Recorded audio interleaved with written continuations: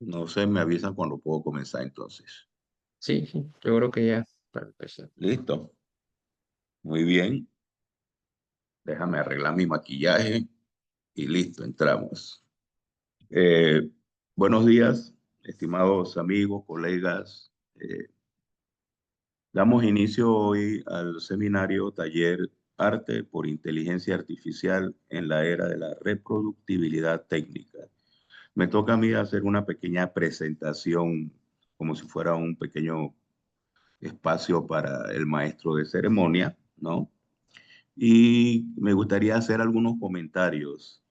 Esta iniciativa es del grupo IDEA, que es un grupo conformado por profesores de la universidad, pero la iniciativa tanto del grupo como del seminario es del profesor Juan España, ¿no? El profesor Juan España es el más joven de nuestros profesores. Yo creo que en este momento, al menos en artes visuales, creo que es uno de los más jóvenes, ¿no? Y el profesor, pues, su área de trabajo últimamente en su trayectoria de estudio ha sido la estética.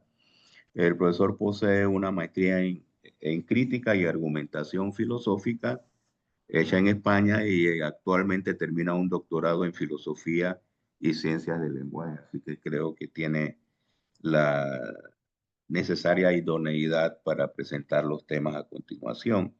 El grupo básicamente está conformado por nuestra siempre presente y querida Ela Urriola, ¿no?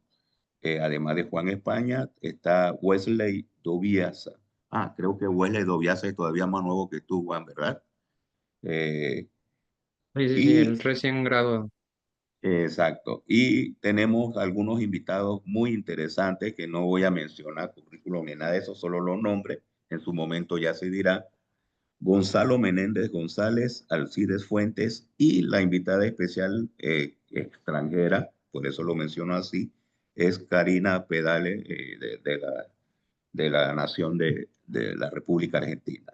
Así que bueno, sin más dilación, vamos a estar trabajando esta semana de 8 a 12 y cualquier cosa, cualquier pregunta, pues se hará por el chat del Zoom. Así que sin más vueltas, les los dejo con Juan España. Bienvenido, Juan.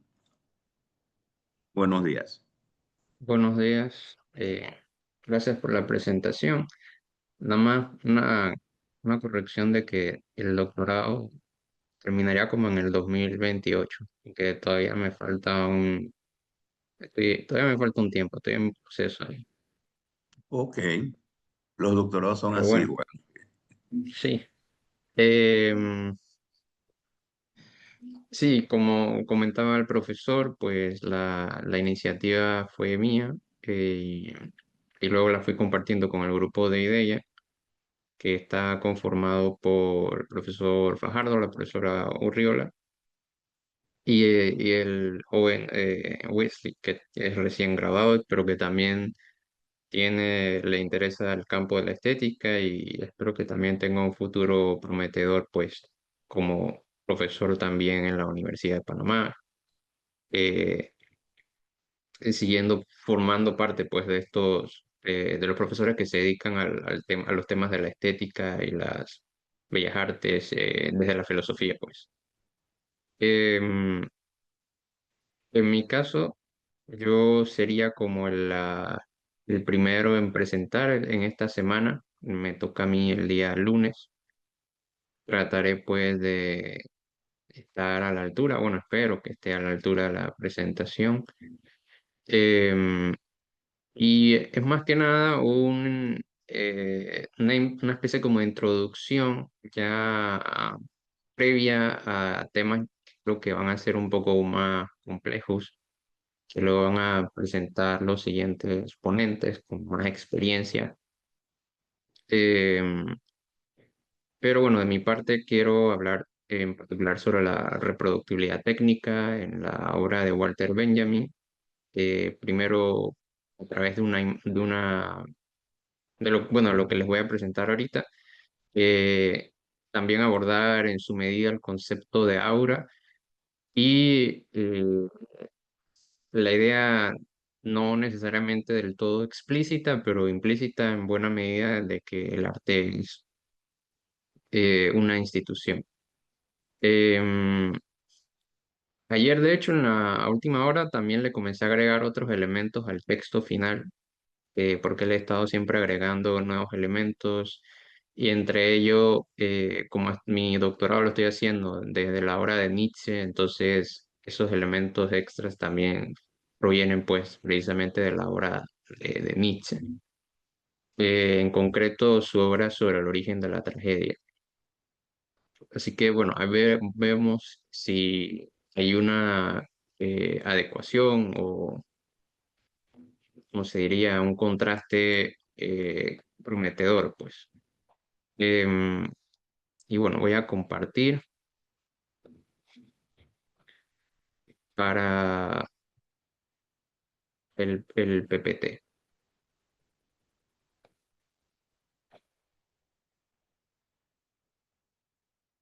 Si se logra ver,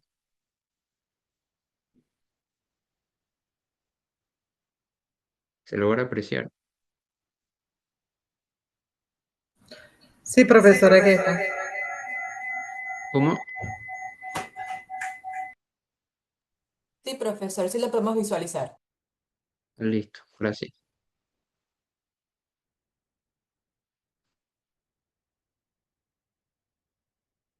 Ya. Y bueno, y aparte voy a estar también leyendo, porque lo tengo escrito y lo pasé al celular porque no podía tener también la presentación y el texto abierto al mismo tiempo. Entonces, si estoy mirando como si estuviera mirando hacia la mesa donde me encuentro, pues es porque estoy leyendo el texto. Bueno, entonces, como decía, la presentación va sobre la reproductibilidad técnica. em,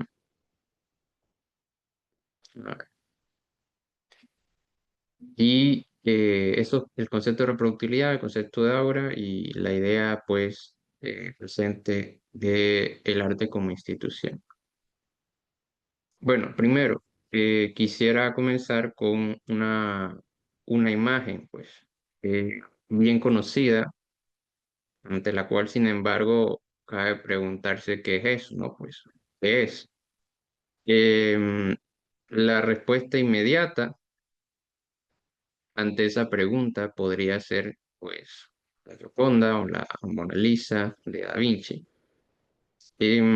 Podría incluso ahondarse más sobre la historia de su autor o en qué museo se encuentra disponible esa obra, pero todo ello terminaría ser resultar pues insuficiente para contestar la pregunta de qué es lo que estamos presenciando ahorita mismo.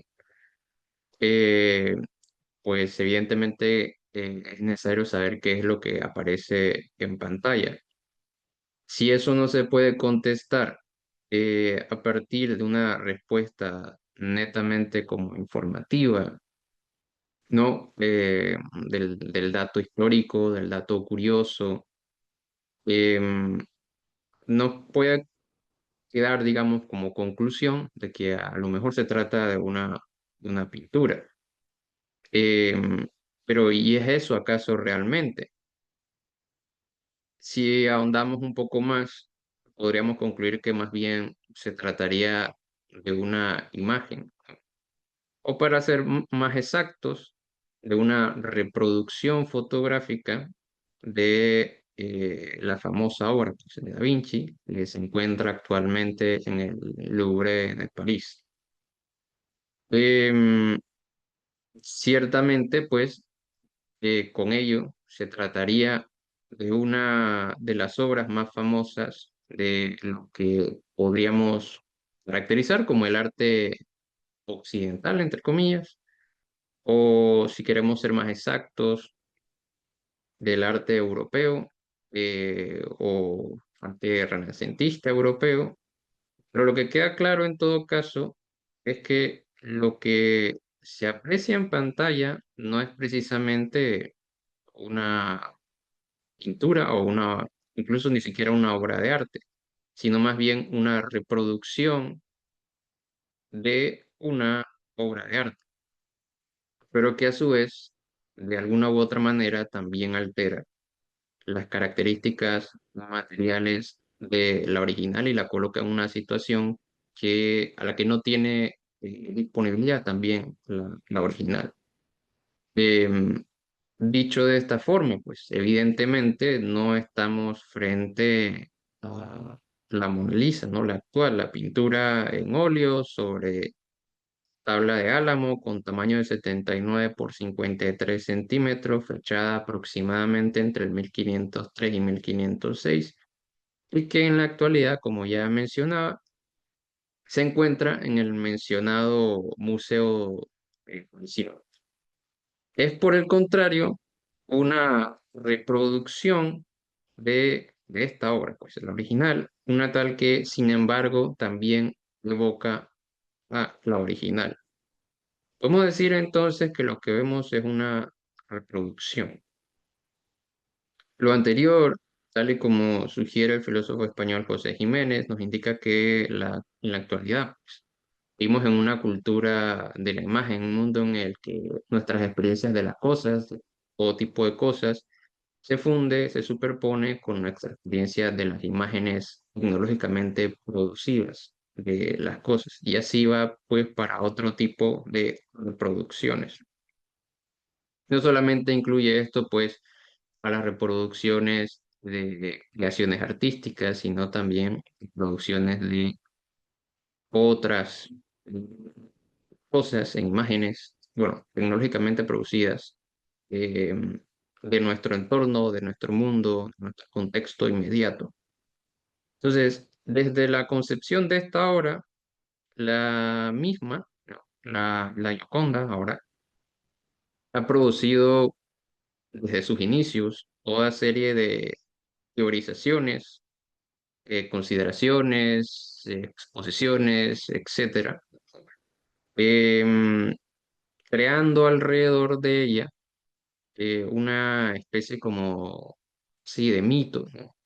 En base a todas las textos y reflexiones que se enarbolaron en torno a esta famosa obra.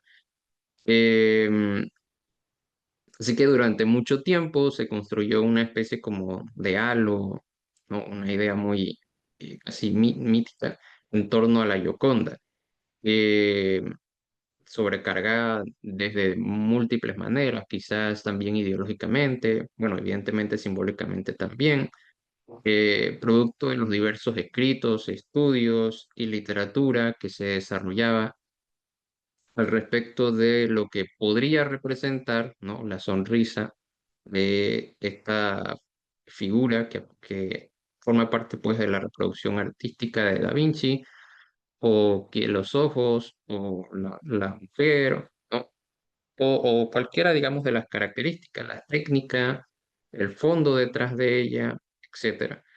Em, Podía, por ejemplo, entendérsele como un dispositivo que, ¿no? Por mencionar un ejemplo, a través de la famosa sonrisa, podría ser una explicación de los deseos, anhelos, ansiedades y problemas de una determinada época en el desarrollo de la sociedad europea.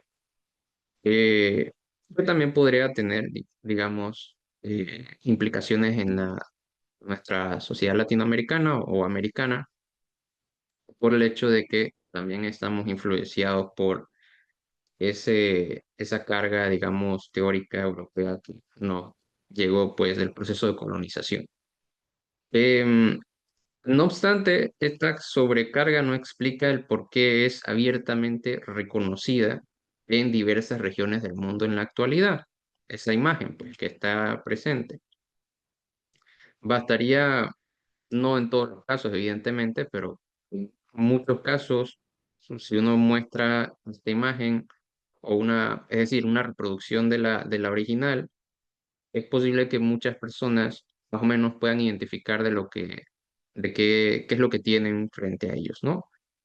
Entonces, habría que preguntarse cómo fue que pasó de ser una obra así como de culto, solo accesible a unas pocas miradas, a tener este reconocimiento casi universal en todo el globo, ¿no? Por ejemplo, de figuras que son como estas personas que se hacen famosas en Estados Unidos, no nominarlos exactamente como influencers, pero voy a mencionar el caso, por ejemplo, de Beyoncé, que se tomó una foto posando con la Mona Lisa junto a su esposo, por ejemplo, eh, entendiendo, digamos, que eh, sobrepasa incluso ya a la propia Mona Lisa, ¿no? La propia obra de Da Vinci.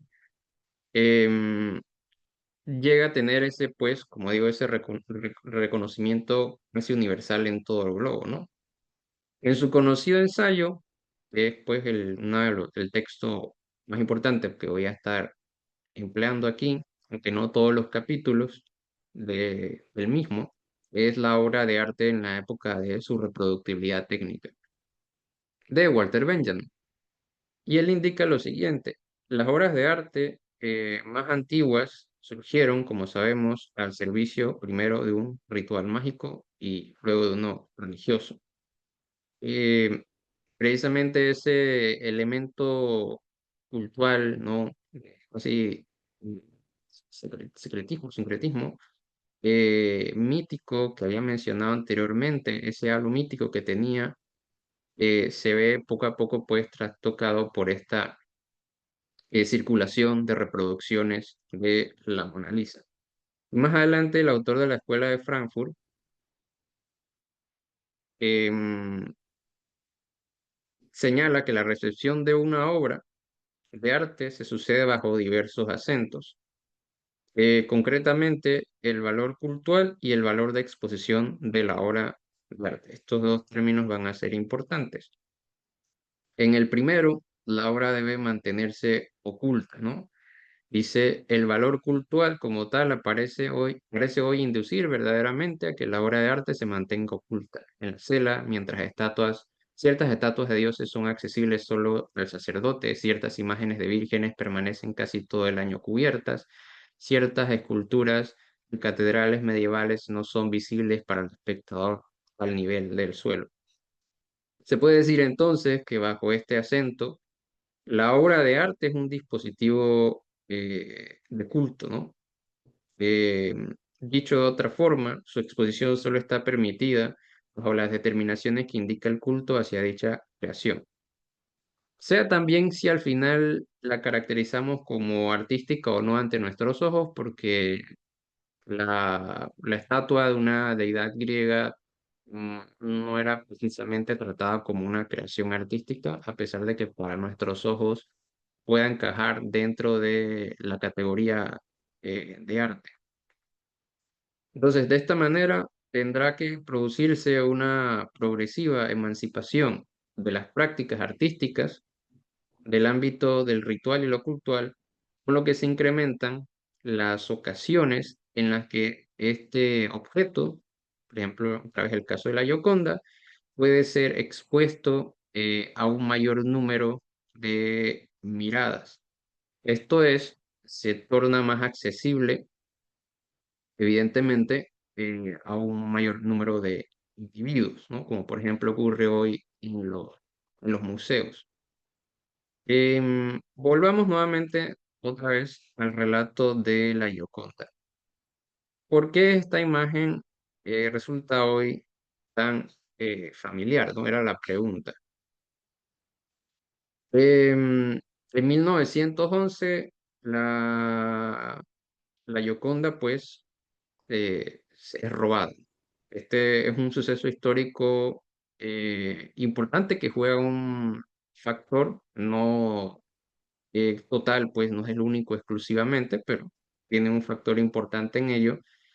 Y lo veremos porque las alteraciones a la imagen de la Gioconda, incluso que está con un sentido un poco satírico, no son solamente posteriores a 1911. Em, pero, de hecho, pues, el suceso que tiene lugar en 1911, precisamente, también tiene una importancia relevante, pues, en lo que va a pasar, pues, con el tema de las reproducciones eh, de la Gioconda. ¿Por qué? Porque, bueno, causó en su momento una histeria por el hurto de la famosa obra.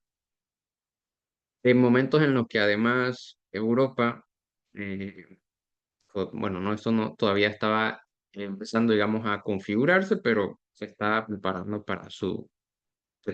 el terreno, pues, para la primera gran guerra europea, o si prefieren llamarla también Primera Guerra Mundial, ¿no? Como se le conoce más comúnmente.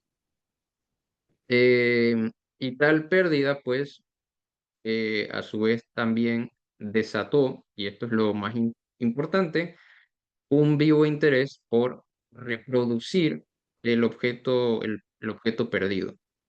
Desde revistas ilustradas, tarjetas postales, reproducciones fotográficas em, y otras variantes, todas ellas se vieron, por ejemplo, también incluso en la publicidad, se comenzó a utilizar a la Gioconda. Todos estos elementos se vieron implicados en el intento, pues, de reparar, entre comillas, la pérdida de la famosa pintura renacentista.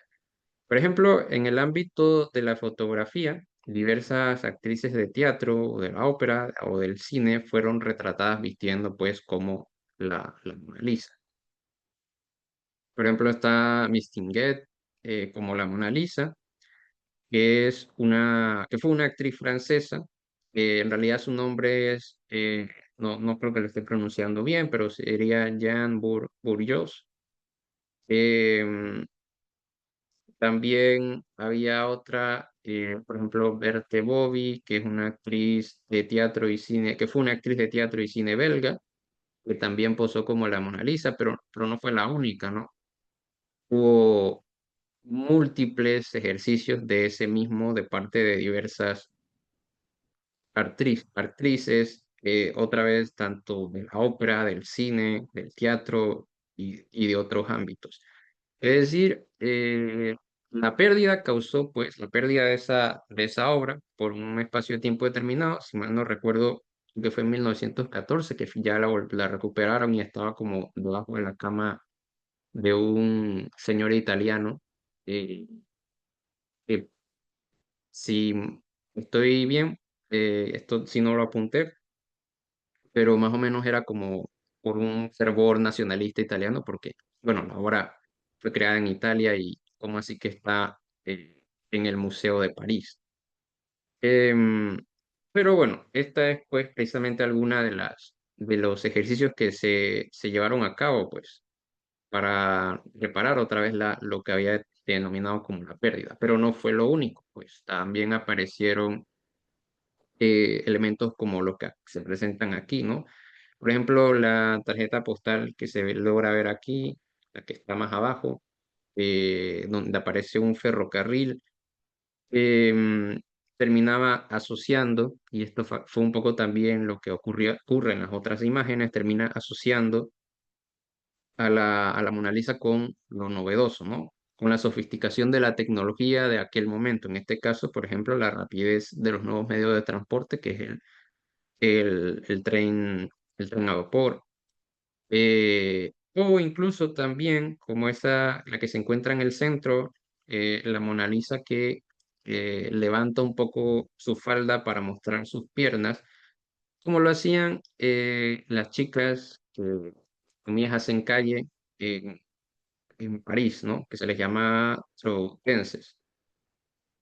También en un sentido satírico, se enarbolaban postales en las cuales la Gioconda, por ejemplo, podía aparecer realizando muecas, o las otras que están allí también, que es como la Gioconda recorriendo otras regiones, sí, otras regiones, digamos, del continente europeo, em, como viajando por Europa, pues. Cuando en 1914, pues, ya finalmente recupera la obra de arte, uno podría pensar que la histeria por reproducir al objeto hurtado ya tenía que llegar a su fin. Pero todo lo contrario, la obra siguió siendo reproducida. Y también, como había mencionado, uno de los ámbitos que reclamó mucho en ese aspecto fue, por ejemplo, el universo publicitario. Eh, Otros usos más burlescos, em, como los que se aprecia, por ejemplo, en pantalla aquí, serían, serían empleados. Esto es una postal, la que se encuentra al lado izquierdo, más izquierdo. La que aparece con una pipa es de hecho de 1889, 88, o sea, incluso antecede, por eso decía que ya antes ya existían como representaciones eh, de este carácter con respecto a la Mona Lisa, a pesar de que no tenía el alcance que tuvo digamos, lo que ocurría pues luego de 1911, que fue facilitado además por el desarrollo de la fotografía. Que la fotografía pues para Walter Benjamin va a jugar un rol muy importante pues, precisamente en este tema de la reproductibilidad técnica. Em, También hay otra que no la puse. Por ejemplo, hay una postal en donde se muestra a Leonardo como a Da Vinci, pues, conduciendo una carroza, cuando ya finalmente habían recuperado a la obra, en la que transportaba, de hecho, a la Gioconda, en la que parte, digamos, de la cintura para abajo era un cuerpo de una mujer real y de la cintura para arriba era la, la obra en sí. Y por ejemplo, reflejaba, digamos, a veces ese sentido y esa carga irónica, también utilizando un poco la vestimenta, la mujer parisina o de las urbes europeas de la época, o recorriendo, digamos, esa misma imagen de Leonardo conduciendo, ya sea por Italia o por Francia, no devolviendo eh, la, la obra perdida. En concreto, pues, lo que tenemos ante nosotros es la circulación de una imagen, una misma ilustración, o si se quiere, una evocación al mismo origen, pero expresado de muy diversas maneras, formas. Vamos a añadir ejemplos posteriores de este despliegue de la circulación de la imagen que más tarde se convertiría en un objeto de reconocimiento casi universal. Y un claro representante de esta reproducción posterior, que no fue el único, también está las de Warhol, por ejemplo, más adelante, en la segunda mitad del siglo XX, pero esta de Marcel Duchamp, que también es muy conocida, en la cual realiza el artista francés, una intervención subversiva, cargada de humor e ironía sobre la imagen de la Mona Lisa, ¿no? Otra vez, antecedentes a él ya existían, con lo cual esa, ese trastoque de la imagen de la Mona Lisa, pues no es precisamente único y exclusivo de, eh, de Duchamp. Pero la intervención de Duchamp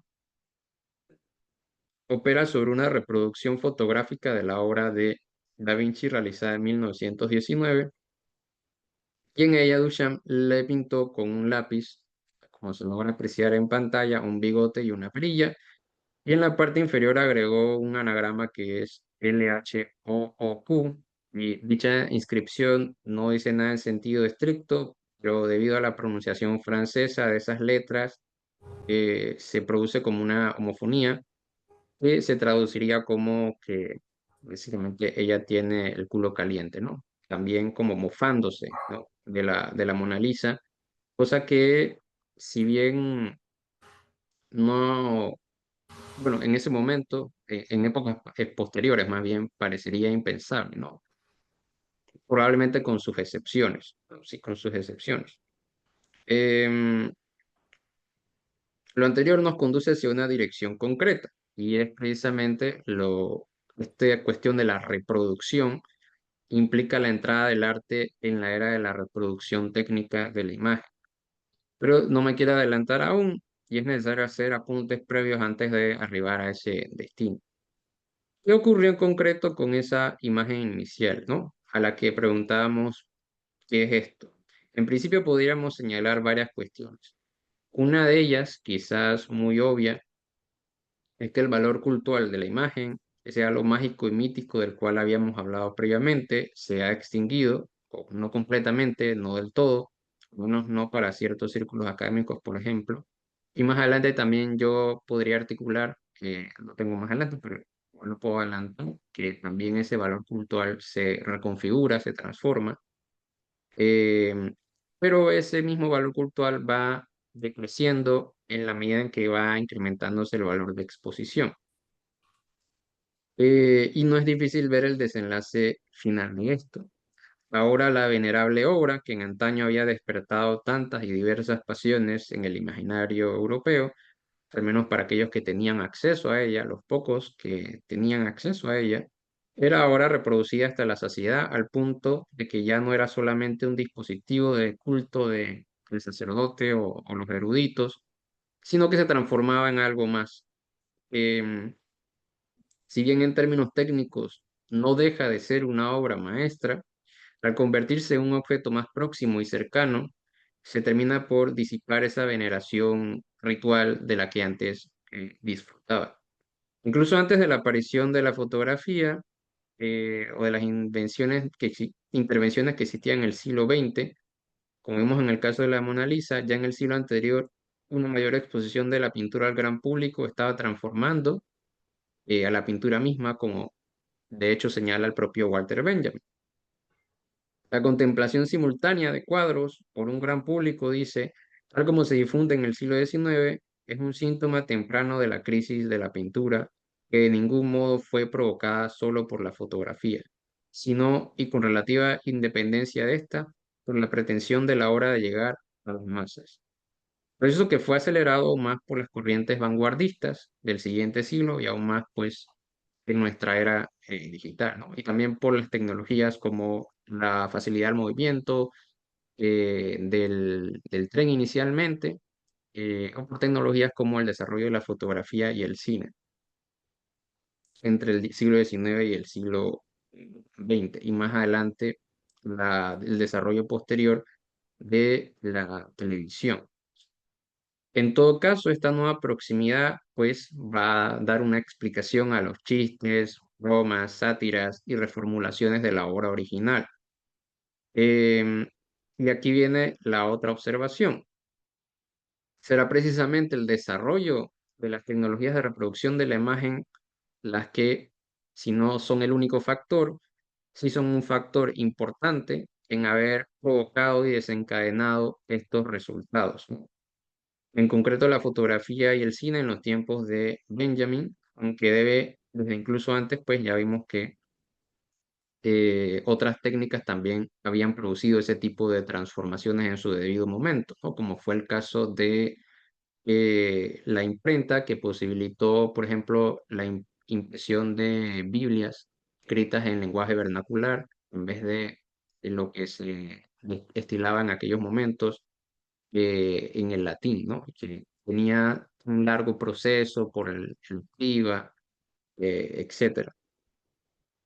Ahora también podía ser leída en diferentes idiomas, ¿no? Gracias a la imprenta, y eso trajo también consigo sus consecuencias, ¿no? Pero eso no es tema de este trabajo. Pero bueno, incluso ya a principios del siglo pasado, en la composición con Mona Lisa de Casimir Malevich, en donde aparece una imagen de prensa de la Gioconda doblemente tachada, parece ser que la refinada señora de Leonardo ya estaba para entonces gastada, ¿no? En tiempos en los que las vanguardias artísticas buscaban una ruptura radical con la tradición que les antecedía. Una acotación breve, y es que de manera análoga podemos observar una situación parecida con una imagen, o más bien un símbolo, más cercano a nosotros, ¿no? En la Ley 34 de 1949, que con el paso del tiempo se ha ido modificando, se transforma el símbolo nacional, en este caso la bandera, en un ente que solo debe ser observado, presentado o expuesto bajo ciertas y muy particulares circunstancias. Mas conforme ha transcurrido el tiempo, la tradición y veneración en torno al mismo se ha roto, dando forma a nuevas expresiones de dicho símbolo, ¿no? Puedo pensar, por ejemplo, en estos instrumentos, ahora no recuerdo el nombre, que utilizó Rubén Blades, que tenían la imagen de la bandera de Panamá en un concierto, ¿no?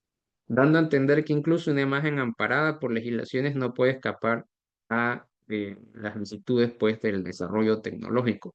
Es que precisamente ese desarrollo tecnológico ha dado las herramientas a los panameños para reconfigurar el símbolo casi que y sagrado e intocable, que debe izarse hasta ciertas horas, en cierta posición, y si por ejemplo se mantiene expuesta en horario nocturno, tiene que estar constantemente iluminada y cosas por el estilo. Ahora bien, frente a los cambios que provoca la reproductibilidad técnica sobre el arte, cabe preguntarse si los productos generados tras su aparición pueden entrar dentro de la categoría arte, porque ahora esos nuevos productos eh, generados pues por el, eh, digamos, el profundo cambio y profunda modificación que genera la reproductibilidad técnica, también transforman nuestra relación con el arte y nos hace repensar entonces qué puede o no puede ser arte. Eh, entonces, por ejemplo, son las las intervenciones de Malevich y Duchamp, productos artísticos. Se les puede concebir como obras de arte. Em, No son precisamente creaciones que pretendan imprimir parámetros o principios a priori descubiertos en el pasado por figuras como Aristóteles o Longino, digamos simetría y orden, dentro de los objetos que generan, parámetros que en el pasado deberían verse reflejados en las creaciones artísticas para ser calificadas como tales, ¿no? Otra vez con sus excepciones. Se podría articular que en efecto no es una, entre comillas, obra de arte, al menos si nos remitimos al canon que existía en épocas pasadas, a la norma que delimitaba tal cosa en esos tiempos. Pero en todo caso, no es de ello de lo que hablamos, sino de cómo la reproductibilidad técnica cambia nuestra relación con el arte. Por ejemplo, si tomando nuevamente el caso de Duchamp, faltaría aquel aspecto de producción o realización en términos físico-materiales que era casi constitucional en los trabajos de los siglos, por ejemplo, 18 o 17, ¿no? En Europa. Y también en lo que se producía aquí en América, ¿no? El continente americano. En concreto, uno de esos aspectos que no, que el único que hace falta es lo que los antiguos griegos denominaron como poiesis. Sin ser experto en el tema, brevemente considero necesario explicar el término para que se comprenda un poco este asunto. Este término, que tiene su origen en la raíz poien, puede traducirse como un hacer fabricar y refería en la antigua Grecia al hacer productivo del ser humano. Para Platón, em, la poiesis debe entenderse como toda causa que haga pasar cualquier cosa del no ser al ser, es decir, aquella actividad que permite producir algo desde una condición de no existencia hacia la existencia. Además, en la antigüedad, este hacer productivo abarcaba diversas posibilidades, incluso las actividades del artista, del poeta, del artesano, entre otras. Por otro lado, Aristóteles hace una distinción entre lo producido por la naturaleza, que tiene su principio en sí mismo, en contraste con la entrada a la presencia existencia a la cual se arriba producto de la actividad productiva del ser humano. Así pues, a diferencia de la naturaleza que produce de forma espontánea, podemos decir, por ejemplo, que la actividad productiva humana se basa en procesos externos que además eran identificados con fines que se encontraban fuera de la propia actividad. Durante mucho tiempo estos fines encontraron un suelo firme en lo que podríamos denominar como un suelo metafísico, algo que se enmarca, por ejemplo, en la pregunta, lo que ya se enmarcaba, por ejemplo, en la pregunta que le hace Sócrates a Hipias en el diálogo del Hipias Mayor de Platón, que es lo bello. De todos modos, de esta exposición podríamos establecer que cuando empleamos el término poiesis es para describir un tipo de producción, sea este guiado por principios metafísicos o, por ejemplo, de un sostén de orden antropológico, entre otros. Y es en términos simples aquel ejercicio guiado por fines externos que trae lo que no existía antes al plano de la existencia, o al menos lo que habitaba en un plano puramente abstracto al ámbito material. Aunque para ello se implica un amplio abanico de actividades que no se limitan solamente a las artes visuales, pero que sin embargo toda producción artística, ya sea pintura, escultura, poesía, etcétera, siguiendo esa línea reflexiva, debería ser en principio pues una variante de las distintas manifestaciones de la poiesis humana. Si nos guiamos bajo este estándar, ha ocurrido algo de tal naturaleza en la intervención de Duchamp, por ejemplo. Podría hablarse de ello también en el conocido urinario del mismo autor. ¿Qué tal, por ejemplo, en la mierda de artista de Piero Manzoni? 30 son mejor que una de Andy Warhol, que precisamente es sobre la Mona Lisa. ¿O qué tal la imposibilidad física de la muerte en la mente de alguien vivo de Damien Hirst? ¿O comediante de Mauricio Catalán? ¿O un prompt de la IA que emule el estilo artístico del estudio Ghibli? Y en todo caso, es este estándar eh, lo que nos permite delimitar qué puede calificarse como arte y qué no. Dejo esas preguntas abiertas, porque otra vez no es el único pues, estándar que se ha tomado en cuenta para realizar esa delimitación. Retornando a Duchamp, en 1913 él había unido una rueda y un taburete, una de sus famosas intervenciones en la cual se había eliminado la función original de los dos objetos ahora enlazados. A estos los calificó bajo el término ready-made, que tiene el sentido de algo que ya está hecho, es decir, disponible para el uso.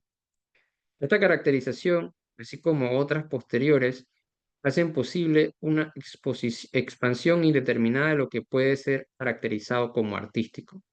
Era precisamente un cuestionamiento a la función creadora del artista, ¿no? Otro elemento también característico, y con ello una disrupción de la base necesaria sobre la que se había sostenido toda producción artística en el pasado. Pero los ready-made de Duchamp son a su vez un signo de la expansión de la tecnología en la vida moderna. Gracias al proceso de industrialización que reproduce taburetes o postales de la Mona Lisa para coleccionar. En este sentido, se pierde la exclusividad tradicional del arte sustentada, por ejemplo, por la poiesis, por el paso del no ser al ser bajo principios inmutables o de otro índole, se trastoca el aquí y ahora, la autenticidad de la única copia irrepetible. Se socava a su vez la concepción tradicional de la actividad artística como creación de la nada, ¿no? Con todo el trasfondo cultural, religioso, ritual que podíamos apreciar en la cita que había mencionado anteriormente de Walter Benjamin. Además, al extraer la finalidad del objeto, en este caso el del objeto artístico, y podemos pensar en la finalidad que concebían los románticos del Círculo de Jena a finales del siglo XVIII con respecto al arte, o la que pretendía Nietzsche en su etapa de juventud, se propicia una consideración estética distinta que no parte de una evaluación sensible o ideal del objeto artístico o no, sino más bien casi exclusivamente conceptual, que es un poco la crítica que posteriormente van a hacer algunos teóricos al arte conceptual que se desentiende pues de todos los sustentos con los que se manifestaba la concepción artística previa, ¿no? El propio Duchamp insistía en que lo decisivo de estos nuevos productos, ¿no? Sus ready-mades, era la idea detrás de estos y no la dimensión material de los mismos. No obstante, Duchamp mantuvo a lo largo de su vida que existía una proximidad y diferencia entre las obras de arte y sus cosas, ¿no? Sus ready-made. Em, pero el caso es que toda esta serie de creaciones, em, por ejemplo, las reproducciones que también vimos de la Gioconda, solo ha sido posible gracias a la intervención de la técnica, del desarrollo tecnológico, entre otros factores, pero nuevamente citando a Walter Benjamin, el desarrollo de la técnica juega un rol determinante. Este escenario ha provocado una sobreabundancia que terminó por ser desmesurada y además abre la palestra a otro tipo de intervenciones que entran en choque con la tradición. Si bien Duchamp no lo buscaba, él y otros vanguardistas, no esperaba que llegara a esa sobreabundancia, ¿no? Él sí quería hacer el trastoque de la tradición artística, pero no creo que llegó a imaginar las consecuencias de sobreabundancia que podría producir pues sus intervenciones como la que provocaron también otros vanguardistas, ¿no? Porque provocan esa ruptura con aquella delimitada y cerrada forma desde la cual se producía arte. Y que por cierto, también aquí hace falta hacer una acotación. En algún momento esa forma que ahora era vista como cerrada y delimitada también fue una ruptura con un antiguo canon, ¿no? Que no siempre, por ejemplo, lo que existía en el pasado, todo estaba eh, situado como bajo, más o menos bajo una misma línea. Por ejemplo, un caso muy puntual fue la ruptura que hacen los románticos de finales del siglo XVIII con el neoclasicismo. Entonces, los soportes, materiales, temas o motivos abandonan su naturaleza previa y ahora se democratizan de una manera brutal, acorde con con la nueva cultura de masas. Esto no debe percibirse o comprenderse en un sentido peyorativo, ya que desde una mirada dialéctica es posible superponer otras dimensiones estéticas sobre la obra original que previamente no existían. No hay poiesis allí también. Pregunto, lo que todo esto trae consigo sería más bien no una desaparición de la poiesis, sugiero, que al menos en toda su posibilidad, sino una autonomía de las imágenes con respecto a los soportes tradicionales que la teoría del arte, y el arte en general, había desarrollado con cuidado desde hacía siglos atrás. ¿Y por qué hablar de una democratización? En base a lo dicho, podemos intuirlo. Si un mayor valor cultural implica formas cerradas, en tal escenario ello resultaría que en las obras de arte solo era objeto de goce y disfrute para los más poderosos. La reproducción técnica pone al alcance de un mayor número de personas, algo que ya hemos mencionado, los bienes culturales que antes solo eran accesibles a unos pocos privilegiados. Convierte a la producción artística en un objeto de consumo masivo. Explica, indica Jiménez, por qué en tiempos recientes el arte ha terminado por adoptar algunas de las estrategias, como por ejemplo del ámbito de la comunicación, ¿no? De la publicidad, del marketing, entre otros. Si la idea o concepto termina por ser más relevante, si con ello los soportes tradicionales se ven cuestionados, si la reproducción técnica convierte a los productos artísticos en objetos incluso hasta vez de consumo incluso, y los encadena al consumismo de masas, volvemos a hacernos otra vez la misma pregunta del inicio. ¿Qué es esto, no? La imagen con la que iniciamos. La respuesta no es sencilla, si es que acaso se puede llegar a tal cosa. Agregado a ello, cabe destacar que lo que se ha entendido por arte a lo largo de la historia ha sido algo sumamente cambiante. De hecho, la propia noción que tenemos está lejos de ser universal, ¿no? Por el contrario, lo que denominamos como arte tiene un origen casi que preciso y en particular en la Grecia antigua, ¿no? Con el término tecné. Fue en ese horizonte cultural el cual también dio luz a a la filosofía, de hecho, como la entendemos ahora, el que produjo la invención del arte en los términos en los que nosotros la manejamos actualmente. Y es también a partir de allí, aunque bueno, en ese momento tenía un sentido diferente, un alcance diferente, pero ahí, digamos, marca sus inicios. Y es también a partir de allí en donde se formula esa idea de arte como algo universal e incluso hasta eterno, ¿no? Como por ejemplo ya autores posteriores en el siglo XVIII lo formularon cuando aparece ya la estética como una disciplina autónoma dentro del campo de la filosofía. En la actualidad, y eso también depende del territorio en el que se comente esto, pero por ejemplo en la vieja Europa las artes plásticas han dejado de ser el universo ordenado que alguna vez fueron en el pasado. Ahora se han constituido en un híbrido de diversas técnicas y soportes que se sobreponen unas a otras. Básicamente, aquello que se concibe como arte es intrínsecamente un fenómeno pluralista y diverso, lo cual abre nuevas posibilidades, sean estas positivas o no lo sean, ¿no? Por toda la crítica que se hace, por ejemplo, de, no sé, colocar una mesa dentro de un museo como o una puerta dentro de un museo como una obra de arte.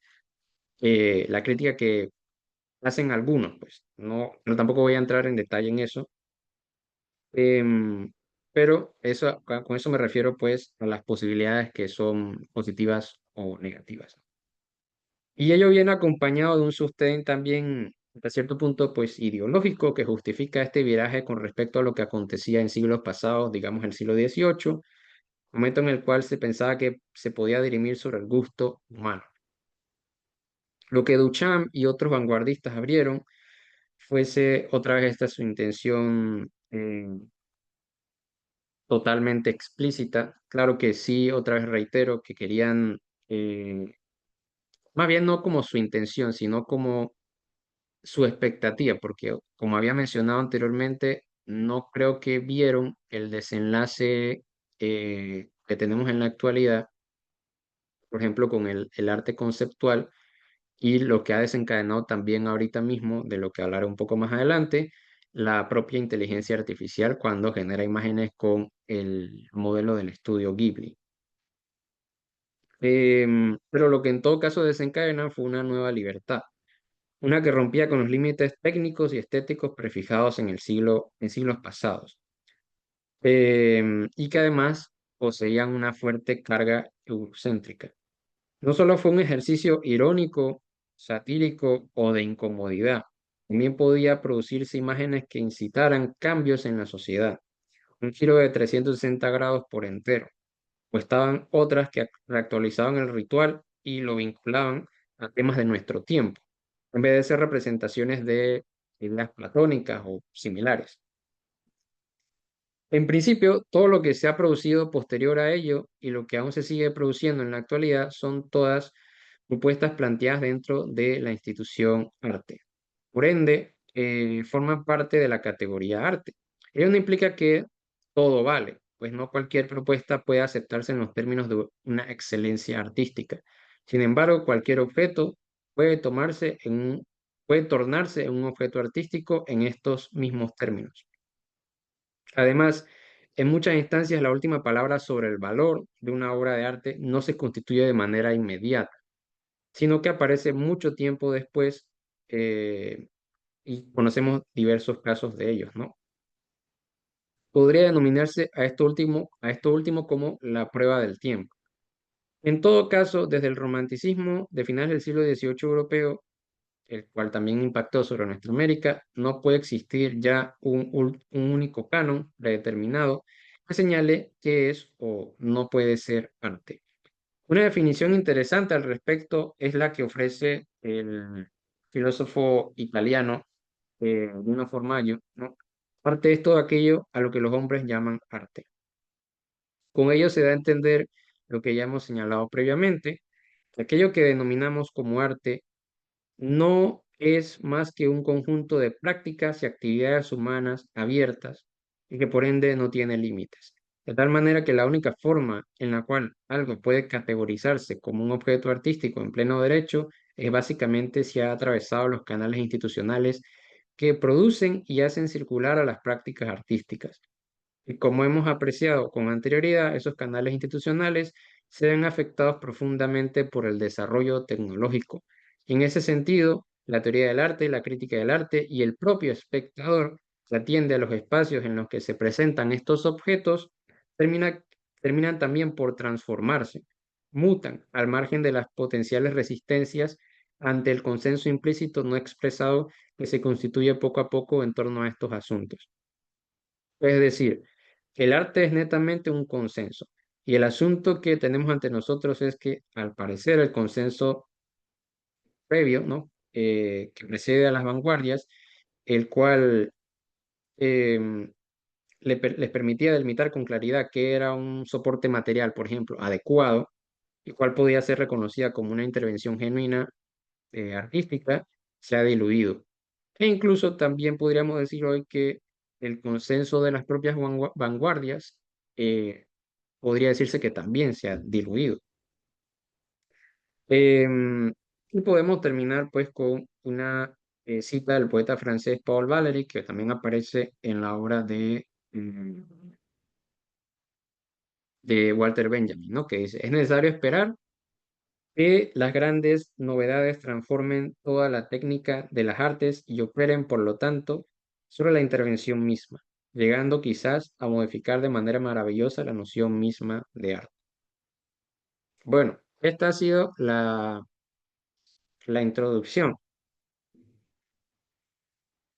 Ahora voy a hablar de del tema de la ruptura del aura. Bueno, dice Walter Benjamin en el capítulo sexto, indica que en la fotografía el valor de exposición comienza a hacer retroceder toda la línea del valor cultural. Y en el séptimo también tomó lo siguiente: la época de su reproductibilidad técnica separó al arte de su fundamento cultural, extinguió para siempre la apariencia de su autonomía.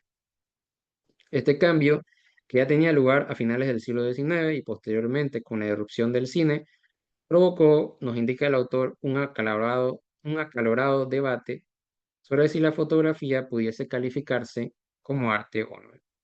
También eso pasó con el cine, ¿no? Porque si esto de la fotografía significó un reto, el cine se convirtió en un peso aún mayor, pues había trastocado la estética tradicional profundamente. Lo cierto es que aquello que hemos denominado valor cultural retrocede con el ascenso de estas nuevas tecnologías, que ponen en entredicho los presupuestos de los que disponíamos previamente. Con ello, el valor de exposición prevalece, con las consecuencias observables que se plantearon con anterioridad en el caso de la Mona Lisa. Más adelante, en el capítulo 9, indica Walter Benjamin lo siguiente: nada muestra más drásticamente que el arte se ha escapado del reino de la bella apariencia, la cual durante mucho tiempo fue considerada la única en donde podía florecer el arte. Podría ser, entonces, la inteligencia artificial equiparable a la fotografía y al cine, quienes en la época de Walter Benjamin produjeron hondas transformaciones que aún nos interpelan en la actualidad.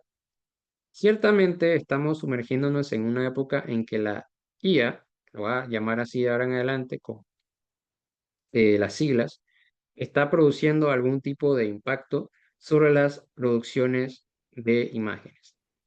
Si bien aún es muy temprano como para lanzar tentativas pesimistas u optimistas al respecto de ello, pero lo de que momentos se presenta como un problema inmediato es una democratización aún más radical que la que produjo la vanguardia y la fotografía y el cine, en lo que implica la capacidad de producir imágenes o reproducir imágenes. Ahora bien, ¿cómo se ve afectada nuestra percepción de lo auténtico, lo original y la creatividad en un entorno saturado con reproducciones digitales? Y lo más relevante, ¿de qué forma podemos valernos de la obra de Walter Benjamin para arrojar luces sobre este asunto? En principio, la reproductibilidad técnica no es más que, como ya se indicó, un señalamiento respecto al cómo la tecnología, desde la imprenta hasta la IA, impacta sobre la creación artística. O para decirlo de otro modo, el cómo define nuestro vínculo con el arte o el consenso existente con un determinado momento histórico de lo que debemos entender por arte. Dice Walter Benjamin, la reproductibilidad técnica de la obra de arte modifica la relación de la masa con el arte. De esta manera, se rompe esta imagen de la obra artística como una entidad sacrosanta, como vimos anteriormente, y con el auge de las reproducciones se pone en cuestión la autenticidad y autoría de la, entre comillas, original y su aura, en un universo cada vez más saturado de reproducciones. La IA podría estar exacerbando esta cuestión, permitiendo generar reproducciones cada vez más exactas en nuestra realidad y en una fracción de segundos. Procedimiento que en épocas previas tomaría meses, si no años, añadido a los diversos costos implicados en la generación de dicha imagen. Precisamente esta fue la transformación que impone en su momento la fotografía y el cine, aunque no fueron los únicos elementos que terminaron por modificar esta nueva herramienta. Pues ambos, junto al desarrollo de tecnologías como la locomotora a vapor, que ya había mencionado anteriormente, dan también forma a una nueva percepción de del tiempo y del espacio para nosotros, para las nuevas sociedades. Por ejemplo, ahora bien, la IA no es un fenómeno reciente y tampoco lo es el arte digital. Las primeras obras generadas por inteligencia artificial se remontan a la década de los 60 y de los 70. Bueno, principio de los 70. Un antecedente de ello fue la creación del artista británico Harold Cohen, quien desarrolló un programa computacional capaz de pintar al que llamó, bueno, como se aprecia en pantalla, Aaron, en el año 1973. Sin embargo, modelos como DALL-E, Midjourney o Stable Diffusion se alimentan de datos entrenados por medio de redes que generan imágenes a partir de descripciones textuales. En contraste, Aaron era un sistema nutrido por un ser humano experto capaz de reproducir tareas complejas. Lo que cambió fue la posibilidad de adaptar todas las reproducciones posibles que existen en nuestra era, absorbidas todas dentro de enormes y vastas bases de datos en la red de redes, y en las cuales se alimentan estas nuevas herramientas generadores de imágenes para producir múltiples recombinaciones de esa gran reserva de imágenes digitalizadas. Todo ello termina por desafiar nuevamente las convenciones de creatividad y autoría que hasta entonces parecían más o menos claras. Y ese desafío está otra vez en entredicho porque no sabemos nuevamente cuál va a terminar siendo el alcance de la inteligencia artificial. Em, Antes de avanzar, sería importante detallar qué es el aura, porque, bueno, ya lo he mencionado, y es un concepto crucial de la obra de Walter Benjamin. Por aura puede entenderse como el aquí y el ahora de la obra de arte. Qué existencia única del producto artístico, sea donde éste se encuentre. Este aquí y ahora representaría su autenticidad, el cual además posee pues ese valor cultural al que hemos mencionado anteriormente. Cuando esto se ve atrofiado, se tambalea la autoridad de la cosa. Esa autoridad es la que precisamente se ve violentada por la reproductibilidad técnica, dice nuestro autor al respecto. Lo que se atrofia en la época de la reproducción técnica es el aura de la obra de arte. Formulado de manera general, la técnica de reproducción retira lo producido del ámbito de la tradición, mientras multiplica la reproducción, coloca su aparición masiva en el lugar de su aparición única. La desvinculación es doble entonces. La reproductibilidad técnica nos separa de la aparición única del objeto artístico, su aquí y ahora, y nos desvincula a su vez de todo aquello que desde su origen ha sido transmisible como valor cultural hasta su documentación histórica. ¿Por qué es diferente el efecto que acontece sobre el aura dentro de la reproductibilidad técnica con respecto a otro tipo de reproducción previa? La reproducción manual, que normalmente es catalogada como falsificación, no conserva la autoridad plena de la original. Con la reproducción técnica, al ser esta más independiente que la manual respecto del original, puede, por ejemplo, resaltar aspectos del original que son accesibles solamente al punto de vista seleccionado de la obra, ¿no? Puede ingresar a campos que escapan a la óptica humana. Hay, por ejemplo, un caso, creo que era de los Brunel, que tienen una página web a la que uno puede acceder a sus obras y puede ver, hacer zoom en cada una de sus obras en detalle para ver, digamos, las características más específicas de la misma. O luego también las diferentes técnicas para poder reconocer en qué momento comenzó a realizarse, por ejemplo, una pintura de Rembrandt, en qué lugar comenzó a pintar, cuál era el boceto inicial, etcétera, etcétera, ¿no? Todo eso se puede ver, por ejemplo, con maquinaria, o sea, por ejemplo, de rayos X y cosas por el estilo. No sé si es la de rayos X la que se utiliza o de otro elemento. Ahí sí tendría que buscar esa información más adecuada. Pero sí se puede apreciar eso con maquinaria especializada. Y además, y esto es quizás lo más revolucionario de la reproductibilidad técnica, es que puede colocar al original en situaciones inasequibles para la primera. La posibilidad, la posibilidad de salir al encuentro de su destinatario, ya sea en forma de fotografía, en la forma de una cinta de filme, una grabación de VHS o una imagen conservada en una cuenta de Instagram. La Catedral de León, con sus bellísimos vitrales, deja su emplazamiento sitio en un espacio único para ingresar, por ejemplo, al estudio de un aficionado de la arquitectura.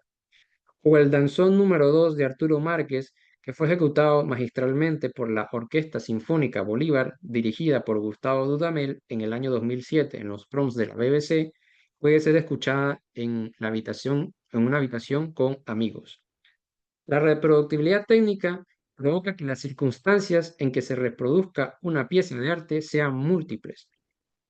Puede dejar intacta al original, aunque no está obligado a hacerlo, mas sin embargo deja de lado el aquí y el ahora.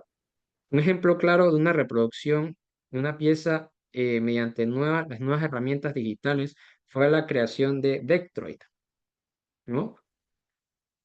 Es un músico, vamos a ponerlo así, que creo que no utilizaba exactamente ese mismo término, de Estados Unidos, que su pieza pasó a formar parte de un género denominado como Vaporwave, que tuvo su apogeo entre 2010 y 2015, retornando brevemente durante la pandemia. El nombre de la creación es Macintosh Plus, esa famosa computadora de Mac 420, que bueno, 420 alude pues al consumo del cannabis.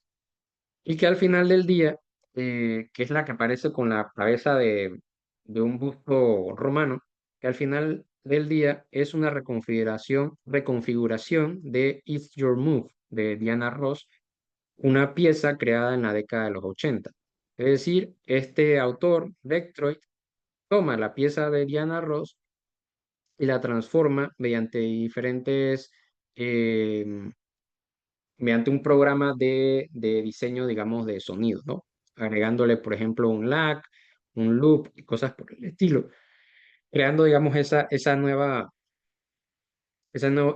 digamos, sensación de que estamos ante una pieza nueva. Incluso también hay variantes como, por ejemplo, agarrar también a Ice Cube, como se logra ver, que es un rapero estadounidense, un rap creo que era de la década de los 80 o principio de los 90, que se le pone otra vez de fondo la pieza de Diana Ross, pero con el rap de Ice Cube. En general, el Vaporwave, por ejemplo, en este sentido, fue un género que remasterizó géneros musicales ya existentes, principalmente melodías de finales de la década de los 70 y de los 80, además de emplear una estética que eluda las promesas de prosperidad sin cumplir de finales del siglo XX. Un caso ejemplar fue utilizar mucho las imágenes del Japón de principios de la década de los 80, ¿no? Este Japón sumamente sofisticado y tecnológico que existía en aquel momento, entremezclado con otras variables como bustos o estatuas romanas. También incluso aquí en América Latina se hicieron, digamos, ejercicios de Vaporwave, aunque no sé quién se le dé la autoría, porque como hay tantos videos de YouTube que lo hacen, de, por ejemplo, agarrar piezas creo que era Luis Miguel, a ver si puedo compartirlo para que se vea. Sí, Luis Miguel. Um,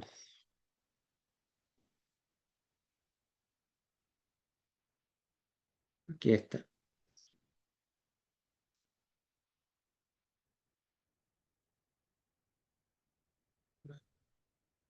Entonces pone como imágenes también de promociones y publicidad con el lag de aquella época.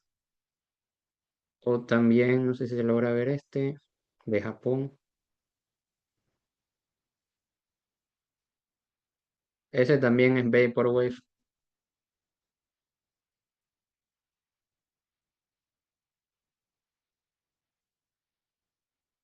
Y utilizan mucho esa palabra en inglés de estética, ¿no? Aesthetic. Todo lo llaman estética. Em,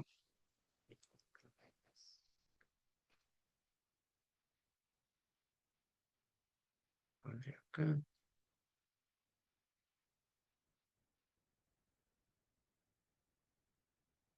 Bien.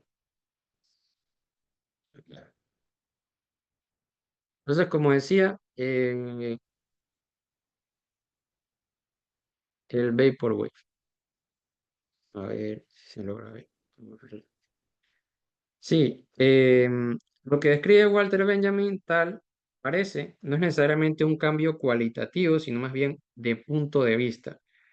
En esta obra, marcada por un optimismo inicial que luego maneja con más cuidado, se trata de la ruptura de la contemplación burguesa del arte por la del punto de vista de productores manipuladores de técnicas y materialidades, en fin, por el punto de vista de las grandes masas, los trabajadores. Ya no es el sujeto individual burgués, que en su momento, en el propio siglo XVIII, fue también revolucionario con respecto a el punto de vista del antiguo régimen, porque los románticos del siglo XVIII eran pues, por ejemplo, vamos a poner un ejemplo como el caso de, ¿cómo se llamaba? Estaba Novalis y, aunque Novalis era más como, si era más de la aristócrata, pero estaba este otro con el que él se volvió amigo, Friedrich Schlegel. Friedrich Schlegel sí forma parte pues de un grupo de la creciente burguesía que estaba pues en descontento pues con el antiguo régimen y que de hecho en su momento celebran como el inicio de de un nuevo comienzo, de un nuevo inicio, la Revolución Francesa, ¿no?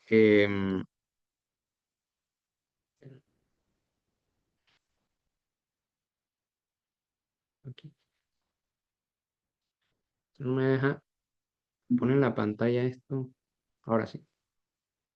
Em, entonces, ya no es el individuo, el sujeto individual burgués, como por ejemplo acontecía con la estética romántica del final del siglo XVIII, que es la que cambia pues por el punto de vista del viejo régimen, más neoclásico y rococó y todas estas características, otorgando al arte cualidades divinas con la posibilidad de entrever una verdad que no era asequible por medios científicos, que era un poco lo que plantean también en sus diversos fragmentos Novalis y Friedrich Schlegel.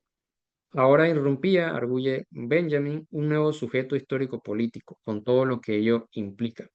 Al margen de esta valoración, lo cierto es que una mayor exposición de la obra provoca que se produzcan nuevas reproducciones y perspectivas de lo que antes estaba cerrado en torno a un mirar único que describe normas inviolables, universales y eternas.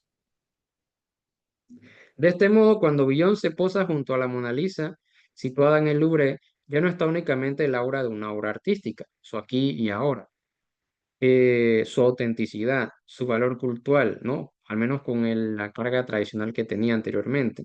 Ella, a través de su red social, ha posibilitado reconfigurar la forma en la que es percibida la creación de Da Vinci, o en todo caso, tal y como podría señalar Walter Benjamin, una mayor exposición del mismo termina por transformar el valor cultural de la obra, convirtiendo posar frente a la Gioconda en una nueva actualización de la misma, de la creación de Da Vinci.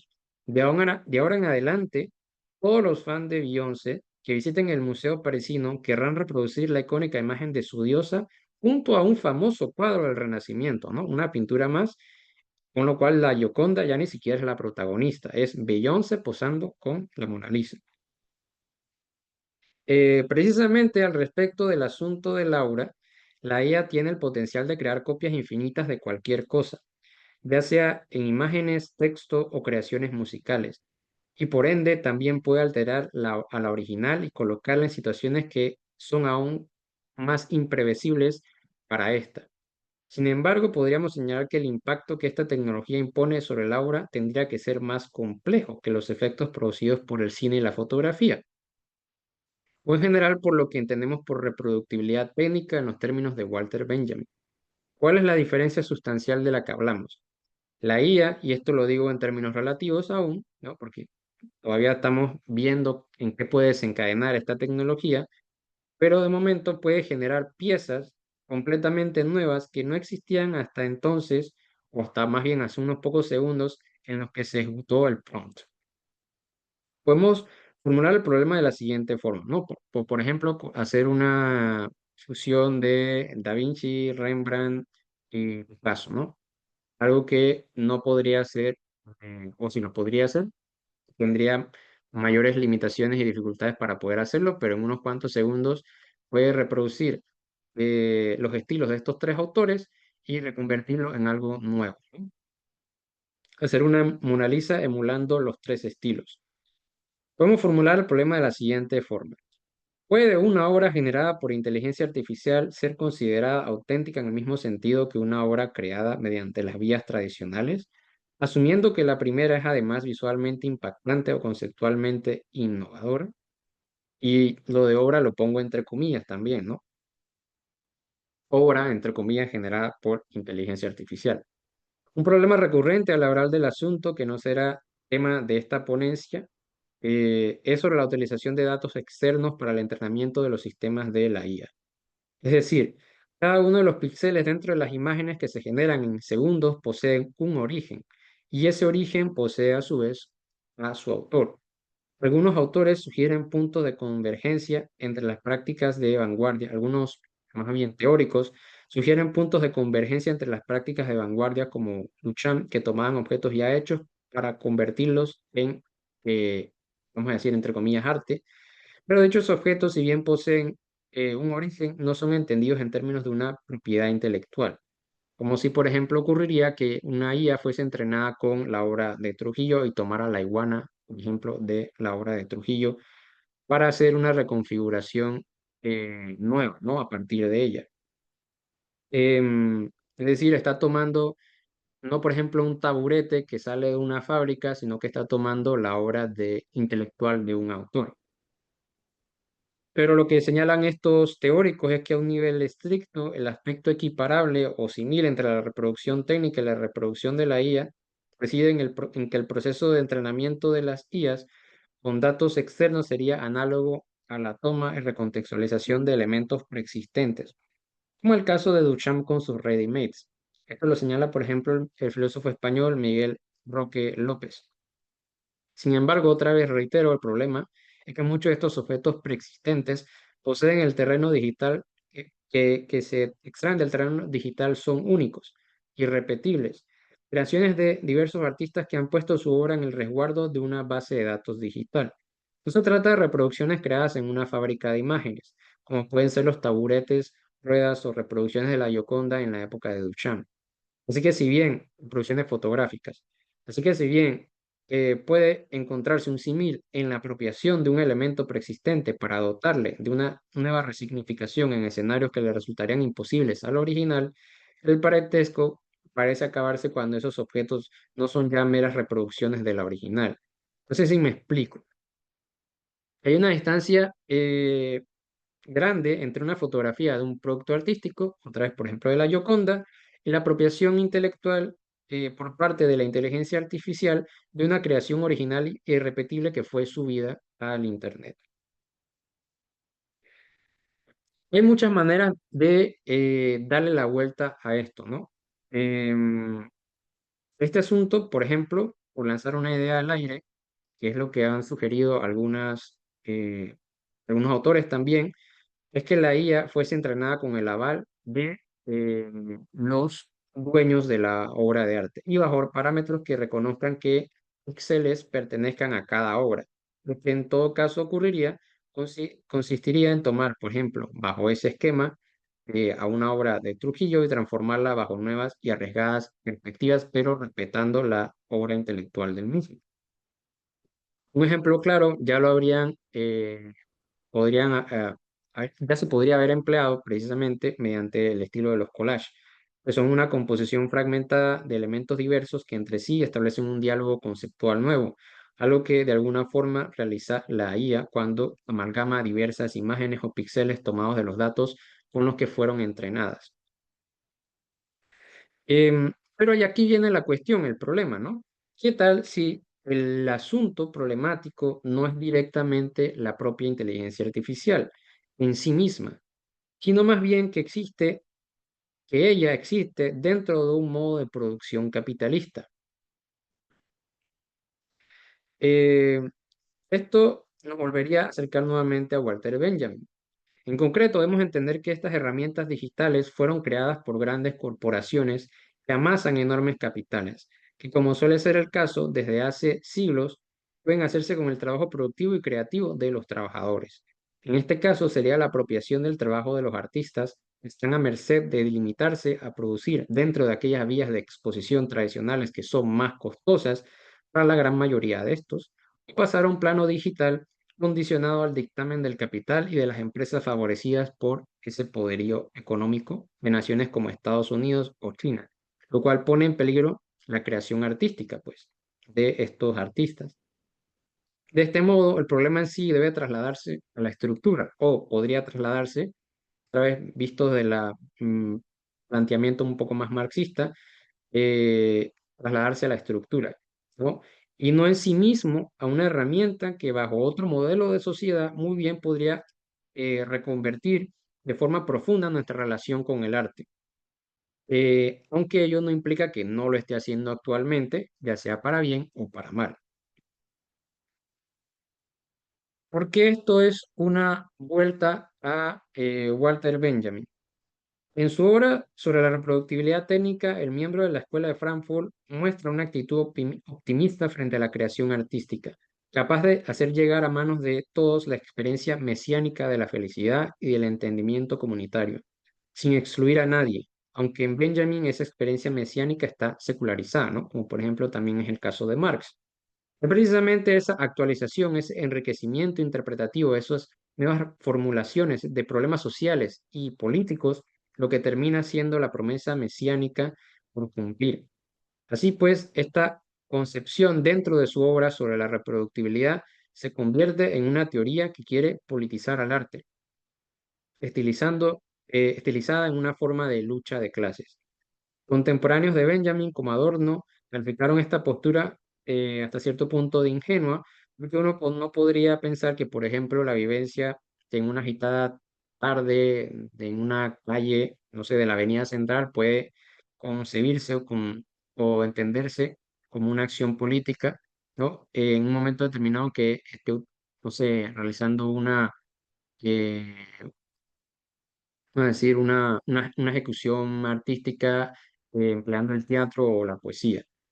Pero la duda está puesta, ¿no? El problema no radica en sí mismo en la guía, tal y como uno pensaría, sino en quién se apropia de sus medios y usos y además quiénes benefician sus resultados. Por otro lado, habría que preguntarse sobre la capacidad de las herramientas tecnológicas para reproducir aquellos rasgos creativos que asociamos exclusivamente con lo humano, con la humanidad. De hecho, tal y como indica el profesor Roque López, al que ya he mencionado, el propio término de la reproductibilidad técnica sería insuficiente para comprender la variación que introduce la IA, porque como ya se ha señalado previamente, no solo reproduce imágenes, también las transforma en algo nuevo. Para ello, Roque López se vale del concepto de reproductibilidad artística, que serían aquellas imágenes producidas mediante sistemas de inteligencia artificial, algo que también ya habíamos visto, por ejemplo, con el caso de Aaron en 1973. Y es que de acuerdo con este autor, esta nueva reproductibilidad ofrece ventajas significativas para las artistas y el público en general al brindar a los artistas una herramienta creativa novedosa que les permite explorar nuevos territorios estilísticos y experimentar con enfoques y metodologías artísticas distintas. Otra vez haciendo nuevamente la crítica de Walter Benjamin de que esos medios o esas tecnologías no beneficien solamente a ciertos sectores, ¿no? O a los usos o del modelo capitalista. El asunto está, pues, entonces en cómo adoptarlo como una herramienta al servicio del artista y no al servicio de los intereses del capital. Finalmente, resulta relevante señalar que, al igual que como ocurría con la reproductibilidad técnica de Benjamin, que devaluaba el arte de la obra artística, la proliferación de obras generadas por IA plantea a su vez un riesgo para el ámbito artístico, ya que podría como consecuencia traer consigo una desvalorización del trabajo humano o en general de la poiesis entendida en ese sentido tradicional antes descrito. Incluso dentro de la propia dinámica capitalista se consigue el riesgo de un mercado inundado con creaciones algorítmicas que disminuyen la singularidad y el valor de la obra humana. Este es precisamente el problema por el que atravesaba no hace mucho la plataforma de YouTube, inundada con contenido generado enteramente por inteligencia artificial. Entonces, por ejemplo, desde el 15 de julio del presente año, se actualizaron las políticas de esta plataforma, las cuales apuntaban a lo que la empresa califica como contenido inauténtico, ¿no? Es decir, no va a recibir los mismos beneficios ese contenido inauténtico que recibiría un contenido, digamos, singular y repetible, ¿no? Irónicamente, esta misma empresa ha utilizado la inteligencia artificial para editar videos de creadores sin su consentimiento, ¿no? Como ya hemos visto con el modelo capitalista que criticaría Marx, de Walter Benjamin y demás. La endogamia también podría ser otro problema, ¿no? La endogamia aquí entendida como una metáfora para describir esta sobreabundancia e inundación de contenido con poca o nula singularidad. Es que precisamente los primeros modelos de IA se alimentaron de enormes bases de datos, pero al aparecer más y más de estos modelos y estos producir nuevas imágenes, dichas imágenes pasan a formar parte de la nueva base de datos con las que son entrenados los futuros modelos. De modo que a medida que los nuevos sistemas aprenden de este contenido simulado, crean su propio contenido basado en él y el riesgo es que el contenido se vuelva cada vez peor. Es decir, se produce pues una especie como de fenómeno de endogamia. Sería como hacer una fotocopia de una fotocopia previa y esta última es una fotocopia de una fotocopia anterior y así hasta el infinito. Pareciera como si la propia IA, si llega a esa situación, nos devolviese nuevamente a esa crítica antigua platónica de la copia, perdiendo autenticidad en relación con lo verdadero. Todo esto, sin embargo, otra vez está por verse aún. Esta advertencia se realiza tomando en consideración que todos los ensueños que encierra la IA actualmente en el ámbito exclusivo de la reproducción o generación de imágenes, textos o sonidos no termina, no terminen siendo un fiasco parecido a un esquema Ponzi que pretende enriquecer los bolsillos de una forma rápida de unos pocos para abandonar los sueños, ilusiones con los que elevaron a toda la humanidad. Es difícil saber cuál será el desenvolvimiento futuro de esta herramienta, al menos en ese asunto, en el asunto de reproducción de textos, sonidos e imágenes. Porque en otros campos parece ser que sí tendrá un valor más duradero, como por ejemplo en la medicina, que se puede utilizar esta inteligencia artificial para la detección temprana de indicios de enfermedades graves que pueden ser atendidas con premura para el beneficio de miles de pacientes. Y para mal también, porque esto es un uso de la inteligencia artificial que se está empleando ahorita mismo en la guerra de Gaza o en general en la guerra, que se emplea pues para seleccionar eh, elementos que configuren la inteligencia artificial como que entran dentro de la categoría, no sé, de terrorista y le lanzan una bomba y entonces eliminan a esa persona. Eso es también otro valor duradero que va a tener desafortunadamente la inteligencia artificial dentro de este modelo de producción capitalista. Lo que está por verse, en todo caso, es cuál va a ser el valor, cuál va a ser la duración, ¿no? La prolongación de estas inteligencias que reproducen imágenes, textos y sonidos. Si van a poder superar la prueba del tiempo que mencionaba anteriormente y si esas imágenes van a poder convertirse en herramientas que pueden ser empleadas por los artistas para poder transformar, ¿no? Lo que nosotros entendemos por arte en la actualidad. No sé si parar un momento ahora y hacer el receso ya o continúo.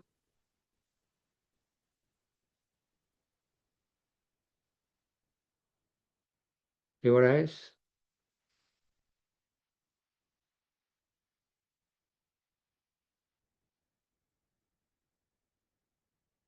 Ya lo que me falta es poco.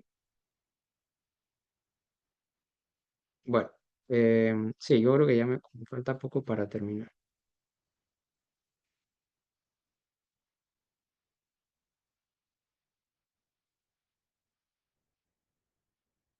Bien, parte 2.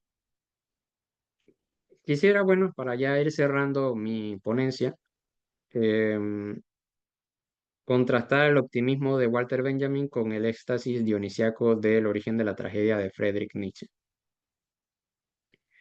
Em, Esto es algo más como, bueno, más adelante lo voy a plantear, pero es ahora en vez de trasladar el problema al propio modelo de sociedad que tenemos, trasladar el problema, no el problema, sino trasladar el cuestionamiento directamente al arte como institución.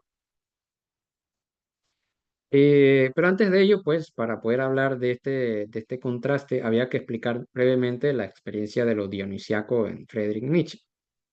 Tal y como lo expresa Nietzsche en su obra sobre la tragedia griega, lo dionisiaco es una experiencia colectiva de embriaguez, a través de la cual se constituye una comunidad. Es, pues, un modo en el que los individuos antes separados quedan amargados. Tal proceso implica una anulación momentánea de la individualidad. Por lo tanto, la comunidad dionisíaca se genera a través de la comunión entre sujetos, o dicho de otro modo, gracias a la desaparición del principio de individuación. Dice, cualquiera se siente no solo unido, reconciliado, fundido con su prójimo, sino uno, como si el velo de malla hubiera sido desgarrado y sus jirones revoloteasen de un lado a otro ante la misteriosa unidad originaria. Aquí entra en juego un término que atraviesa la obra de Nietzsche desde sus inicios, la danza.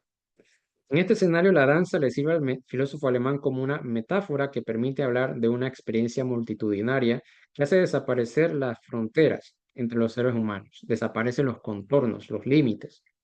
La danza viene a ser el término que remite a esa ruptura de fronteras que consigue generar un sentimiento de fusión entre los integrantes de una comunidad.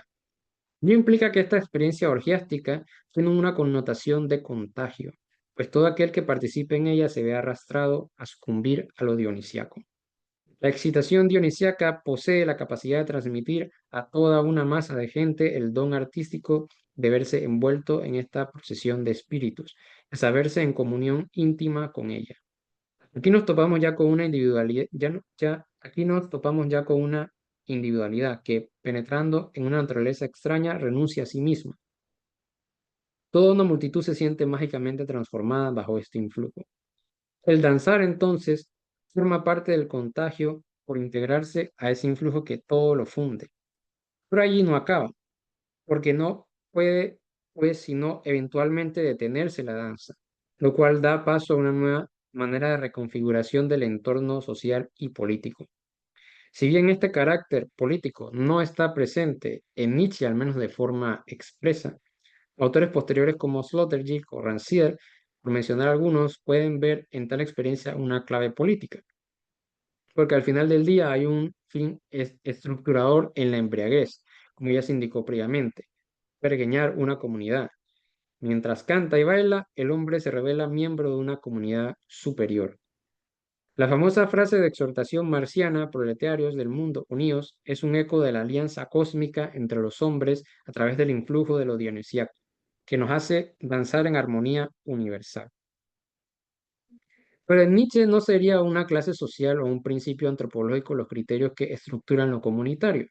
En su caso es una comunión con lo informe e irracional que nos acecha y nos liga a todos. La danza dionisíaca es, pues, un modo de recuperación, una herramienta, un hermanamiento entre los seres humanos, una muestra de expresión fraternal. La danza no es un fenómeno disgregador, es un proyecto estético de conciliación. Si antes hemos dicho que el arte es un consenso, podríamos decir que cada cierto tiempo entramos en un periodo o momento en el que los modos apolíneos de estructuración se muestran insuficientes y de alguna forma u otra, ya sea lo entendamos dialécticamente en los términos de Benjamin o no, debemos vernos forzados a atravesar un periodo irracional en donde tendríamos que ser partícipes de una nueva configuración de aquello que entendimos por arte. Me resulta útil en este sentido emplear la metáfora de danza nietzschiana, que en el futuro quisiera explorar más, porque bueno, de hecho mi tesis doctoral está siendo vinculada pues al mundo, al universo de Nietzsche, para señalar que la dimensión estética siempre ha jugado un rol en la disrupción del principio de individuación. Y en esto, pues, el arte también ha jugado un rol disruptivo. En nuestro caso, esa dimensión estética, pues, ha sido regulada bajo el universo y amparo de lo que nosotros entendemos por el arte, o lo que he denominado anteriormente como la institución del arte. Entonces, la institución del arte es la que regula en todo caso esa dimensión estética. Los seres humanos poseemos distintas dimensiones, por ejemplo, la dimensión moral y la dimensión estética serían por mencionar algunas de ellas, que son características de nuestra o constitutivas de nuestra humanidad. Y el arte, tal y como por ejemplo lo plantean autores que he citado como Jiménez, sería la forma institucionalizada en la cual se canalizan y se delimitan esas y se les da un seguimiento o se les pone, digamos, un fin a esa dimensión estética plenamente humana. Y entonces aquí yo me pregunto, ¿y no será entonces que el arte es lo que debe desaparecer? Porque anteriormente he mencionado que el problema radicaría precisamente en el modo de producción capitalista y de la mirada de Walter Benjamin y cómo ese modo de producción precisamente provoca que el trabajo del artista quede en manos de los intereses o a favor o beneficia los intereses del capital, ¿no? Y que por lo tanto la inteligencia artificial, bajo otras circunstancias, podría convertirse en una herramienta que beneficie a la creación del artista y que no se convierta en un elemento antagónico frente al mismo. Pero ¿qué tal si, por ejemplo, si entendemos que el arte durante mucho tiempo funcionó como con ese rol, ¿no? Que permitía disgregarnos y volver a reconfigurar una nueva comunidad una vez que los modelos, digamos, apolíneos ya resultaban insuficientes y que este proceso, en este proceso del arte ha funcionado de esta manera continua durante mucho tiempo, ¿qué tal si precisamente el arte ya no tiene esa capacidad o ha perdido esa capacidad de inundarnos en ese éxtasis dionisíaco? Tal si precisamente el arte como institución que canaliza otra vez la dimensión estética, la experiencia estética humana, que otra vez eso es, si intrínsecamente humano, ha perdido pues o se ha visto incapaz ya, se muestra incapaz luego de las vanguardias, luego finales de la década del siglo XX, siglo pasado, de capturar en toda su diversidad y multiplicidad la dimensión estética del humano. ¿Y qué tal si, por el contrario, la crítica se puede voltear en vez de hacia la inteligencia artificial o hacia las tecnologías como la fotografía y el cine, si se puede voltear más bien directamente hacia la institución del arte como qué tal si ya es insuficiente? ¿Qué tal si no, no debe ya existir y debe convertirse en otra cosa, en otra nueva reconfiguración?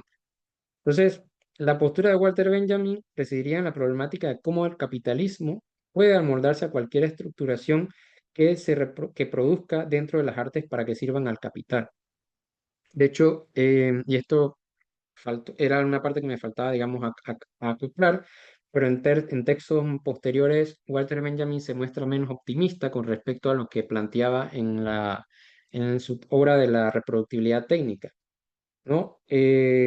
Porque ese elemento disruptivo que poseía el arte y que poseyó el arte durante mucho tiempo, termina pues finalmente sirviendo a los intereses del capital y pierde ese carácter revolucionario que Walter Benjamin concebía en su obra, concebía en la obra artística y particularmente en su texto de la reproductibilidad técnica. ¿Qué tal entonces si más bien el arte como institución que canaliza la dimensión estética humana es la que se ha quedado sin herramientas para trastocar la estructura y con ello dar vida a una comunidad superior, ¿no? En los términos, utilizando otra vez la metáfora de la danza, y lo dionisíaco de Friedrich Nietzsche. Muy equiparable otra vez a esa exhortación marxista que también vemos en el manifiesto comunista de Marx y Engels. Bueno, lo dejo como pregunta, ¿no? No lo dejo como una proposición afirmativa. No me atrevería tampoco a decir que hay que abandonar el arte, sino lo dejo como una duda, una pregunta que lanzo así al aire, tomando en cuenta la reflexión que extraigo precisamente de Friedrich Nietzsche. Entonces, esto sería la culminación de mi presentación y ahora me imagino que vendría un receso y luego del receso entonces podría haber ya un diálogo en torno a lo que les presenté. No sé si tienen, me imagino que tendrán comentarios o alguna duda.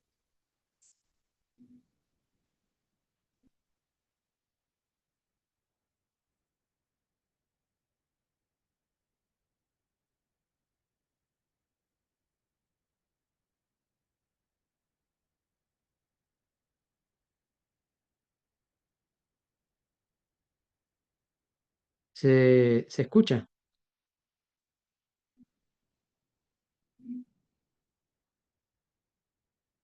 ¿Aló?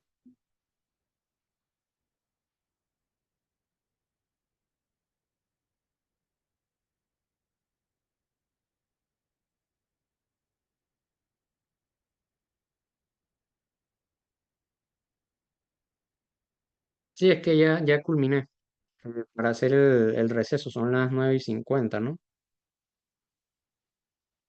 Un breve receso, no sé cuánto tiempo, 15, 20 minutos.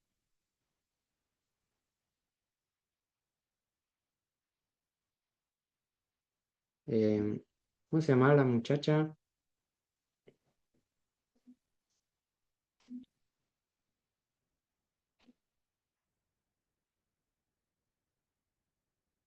Para parar la grabación.